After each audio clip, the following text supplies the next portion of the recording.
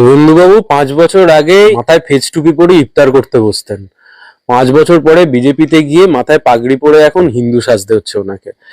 আসলে বহুরূপী বলে কিছুদিন আগে একটা সিনেমা বেরিয়েছিল পশ্চিমবাংলায়।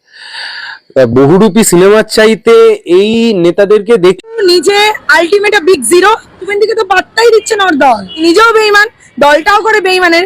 উনি দল থেকে লাথি খাবে। শুভেন্দু অধিকারী বলছেন দাগি মার্কা মারা চোর ভারতের প্রতিনিধিত্ব করতে পারেন না। অভিষেকের উপর রেগে আগুন একেবারে।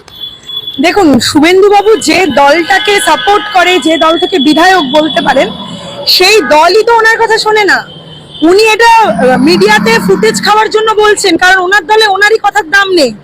এবার যদি 2026-এ ভালো ফল পশ্চিমবঙ্গ থেকে না করাতে পারে, উনি দল থেকে লাথি খাবে। বিমান ব্যানার্জিকে, মমতা ব্যানার্জিকে হারাবো, আর ওদের দলের যে কটা মুসলমান এমএলএ জিতে আসবে, বিজেপি সরকারে আসবে, চ্যাংদোলা করে তুলে রাস্তায় ফেলবো, এই রাস্তায় ফেলবো।